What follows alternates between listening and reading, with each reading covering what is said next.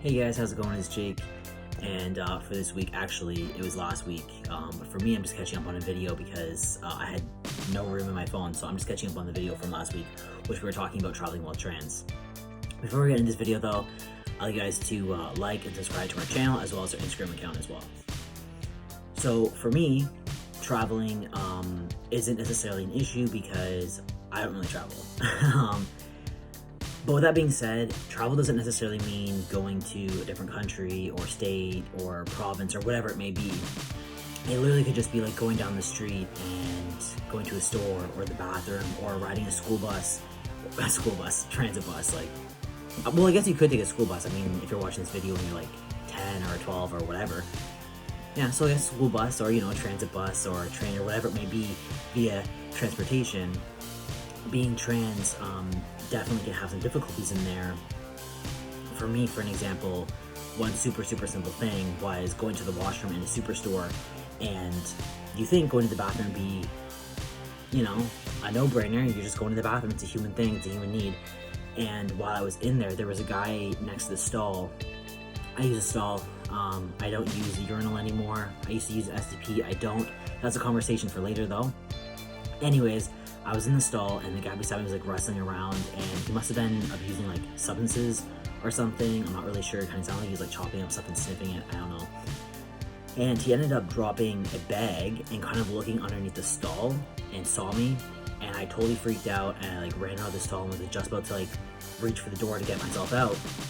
And he kind of pulled me by like my scruff of my neck or whatever. He actually ripped my chain. This is a new chain I got because he broke mine. And was like, hey, you fucking tranny, and tried to like hit me in the face as he spun me around. He didn't really get me. I just kind of had like a red mark here, so it wasn't like super serious. But it was just a really awkward situation. I didn't really know what to do. I kind of like pushed him off me and ran out. I told my girlfriend afterwards, but it was just kind of like one of those things where it shouldn't have happened, and unfortunately it did. And I was a little weary of the situation. I didn't really know if I should kind of like fight back or tell the store manager. I don't know. I was super embarrassed, so like I just kind of like left. And like didn't really talk about it until just now, so everyone's just kind of hearing about it now. My girlfriend kind of discussed it a bit on social media, but I didn't talk about it too much.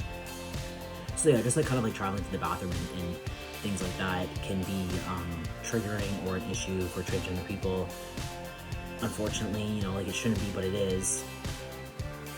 For me, if I were to go to a different country, one of the biggest things would be my gender being an issue, meaning like on my all my information and stuff like that, I have male now, but before I had female. And the reason why I had female was because if I were to get into some kind of like accident or something like that, or I need some kind of like medical procedure done, I wanted them to address me as a transgender person and not a cisgendered male, because for example, I wear a binder, and if I needed like CPR or something like that, I was unconscious and I couldn't speak for myself, I wouldn't want them to address me as a cis male. I would want them to be like, okay, like they're trans and they have like a different procedure kind of thing for things, and maybe just be more cautionary and look for things that I would have that a normal, well, I won't say normal, but a cisgender male would have kind of thing. So that's kind of like something that makes me nervous going to other countries, or even just in my own country, having doctors that just don't know how to deal with transgender people and things like that. And the reason why I actually got it wow, that's a really hard word for me today. Transitioned over from female to male on all my like health card and driver's license certificates and stuff like that is because I went to the doctors about 4 or 5 months ago to get x-rays done on my chest and my spine, and the doctor came out, or the radiologist came out to his receptionist and saw kind of like my ID and my name and stuff like that and laughed and was like, haha, they're trans.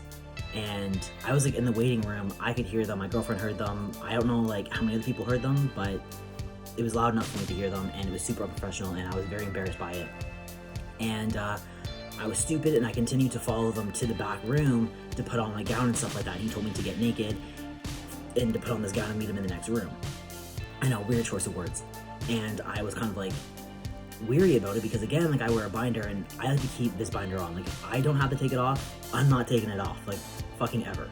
Okay, so for the procedure, I really wanted to know if I needed to take it off or not, even though I knew I was getting chest x-rays done and on my back and stuff. I just wanted to know if it would skew the image and stuff. So I went up to him and I was like, hey, as you assumed, I am transgender. I don't have top surgery. I wear a binder. Would you like me to take it off for this procedure to be done?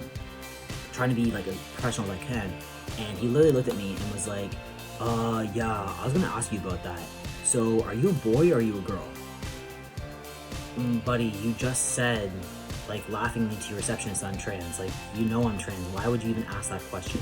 It was so awkward, and I was so stupid and humiliated, and decided to explain the term transgender and let him know that I'm trans and my kind of procedures I'm going through and stuff like that. And I shouldn't have explained it. I should have just been like, fuck you, see you later, take my papers and go somewhere else. It was unprofessional, it was ignorant, and unfortunately I put myself through a situation I didn't really have to do. So after that, I kind of like went home and I got the procedure done, or yeah, I paid. Did I pay? No, I only had to pay this time around. No, I only paid for my name. So I didn't pay for my my gender changed over. Being changed over. I went home and I printed all the documentation and stuff like that off. Some of it was like really, really weird, in case anyone's wondering how to do it here in Canada. The Canadian health cards and driver's license now don't state a gender. They say an X, where before you could literally say male, female, or X, but now X is, I guess, for everybody. And they're asking for you to have surgery. I literally went to I want to say Canadian Revenue, but I don't know if that's the place. I don't know, some Canadian Ontario thing or whatever. And I was kind of asking how to do this procedure, and she told me I can't change over my gender on my health card until I have surgery done. And I was like, no, that's not correct. So if people are telling you that you need to have surgeries done and stuff like that, you don't actually need that done. You just need a health practitioner or something like that to kind of like state that you're trans. I don't even think you need that anymore. But it does say on a different section that you need a health practitioner to state that you're trans or whatever your case may be. But I don't think that's necessarily the case anymore. You can just literally go get changed to nothing and it'll just be X. I'm pretty sure that's now everybody's now in 2020. So yeah, we don't have to worry about that anymore. But yeah, I got that changed over within like the day, and now it does say male. I'm glad that says male for shitty situations that I kind of just went through, but at the same time, again, you know, if I am needing a medical procedure, I want them to know that I'm trans, and if I can't advocate for myself and no one else is around me, you know, just kind of one of those things. So just something that I didn't really want to change over. And I'm not sure if like other trans dudes kind of feel the same way. They want medical staff to know that they're trans or not. I don't really know. That's just kind of like my own thing. I don't really talk about that I'm trans other than people that need to know about my body, like medical term and stuff. So that was kind of the only reason why I kept it. If you are, sorry, my notes are so chapped. If you are traveling to somewhere else other than your city or whatnot, I would definitely do some research, as in like where the hotel is or the community, making sure that it's welcoming and it accepts the LGBT community and stuff like that. Just making sure that, you know, you're going to be safe and secure, and that's like the top most priority that you should have when you're traveling. Either you be trans or gay or lesbian, bi, whatever it may be. You know, you just want to make sure that you're safe and you're taking the right precautions before you kind of like venture out. You know, down here in Toronto, there's a bunch of places that are super open, super LGBT, and then there's not so good spots. Same thing up in Montreal. There's I don't know the little spot, the little section that it is, but like they're super open, super LGBT, and then there's like other parts that are just kind of like, ugh, you don't want to go there. So like, you know, just really make sure that you are doing that research and making sure that you're going to be in the right area that is going to be supportive to you, and you're not going to get in these awkward situations. I do understand that you might have a community that you're in or visiting, whatever it may be, that's super supportive, and you go to like a bar somewhere else. Again, if the bar is kind of like weary and stuff like that, just take those precautions. You know, if you're going to the bathroom, be like, hey man, I'm going to the bathroom. If I'm out within 5 minutes, just come check on me or something like that. I know it sounds super silly, but shit happens in bathrooms. As much as we don't want to acknowledge it or admit it or we're ashamed of it, stuff happens in bathrooms. Like, luckily I was only hit in the face, but there's other worse things that happen in the bathroom. I don't want to name them because that is a very heavy topic. But please, like, just make sure that you're doing what's best for you, and as silly as embarrassing it may be, it's really your health and your life that I'm thinking of, and that you should be thinking of as well. So those are just kind of my my concerns around traveling and things like that. Yeah, I don't think there's any other issues along traveling for me per se. I take the transit buses. I don't like to drive my car anymore, you know. It's a little pricey, and also just, you don't need to. It has, like, the economy is just shit right now, and gas, and, you know, the world's dying, so I'm just trying to, like, reduce my carbon footprint here. But yeah, on the bus, I don't really feel extremely uncomfortable. I kind of noticed when somebody else comes on the bus that looks very, like, LGBT. Okay, I don't even say LGBT. They look gay, okay? They look gay. Like, gay or lesbian, you know, they just look like that. And I kind of notice that I'll sit myself closer to them in that area. Not because, like, it's more of a comfort thing, but just more of, like, I want to make sure that if anything happens, or if anything is said, that I'm right there, so then I can kind of, like, support them and, you know, advocate and just be a better person, I guess, kind of thing.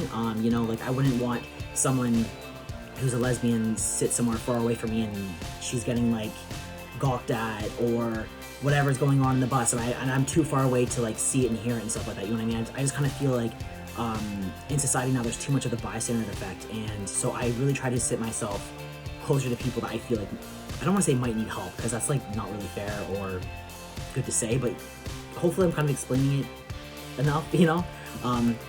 So yeah, that's kind of like how I feel on the bus and stuff. When I'm traveling, as in, like, walking and things like that, I noticed actually yesterday, I literally did this video yesterday, and I was outside at, like, 10 because I realized buses don't run until 12. I thought they did, but they don't. It stopped at, like, 9:30. This one bus I need to take, so I had to walk, like, an hour home. And I was trying to film the video, and I realized that I would get quiet, or I would stop talking as soon as I kind of saw other people on the street. And to me, that's, like, a big eye-opener, you know what I mean? I shouldn't be ashamed to talk about LGBT issues. But again, I'm thinking my safety, and I don't want to get jumped on the street, you know? So I had to stop my video, and here I am kind of making my video in the safety of my girlfriend's room.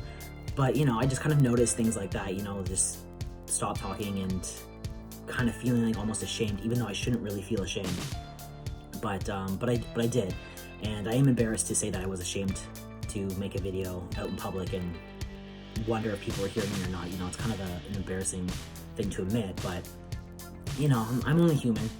So I am trying to push myself and be more open, you know. I really do appreciate you guys helping me, even on my own personal page, and messaging me and things like that. Wasn't really a very open person when I started transitioning, and now I know for certain the one things that I do want to be super clear about is my mental health and my sexual orientation. I think that, you know, those are two big things that I'm really trying to be open about, and really put myself out there personally and explain my personal situations, you know, on my personal account. That's really just what I'm trying to advocate for, is just awareness. And I really do appreciate all the love and support you guys are giving me, and thank you for pushing me, honestly. It's been amazing. If you guys have any questions or concerns, or if I didn't cover something well enough in this video, please leave down some comments below. And if someone else says something different and you just kind of want to hear, like, my opinion on it, go ahead. I do kind of realize that my video is late, so the other dudes already had this video already posted and stuff like that. So I do apologize for that if I went over things that were already said, or if I didn't. But yeah, so just let me know what you guys think, and I'd like to hear from you guys. Okay, thanks. Stay humble. Bye.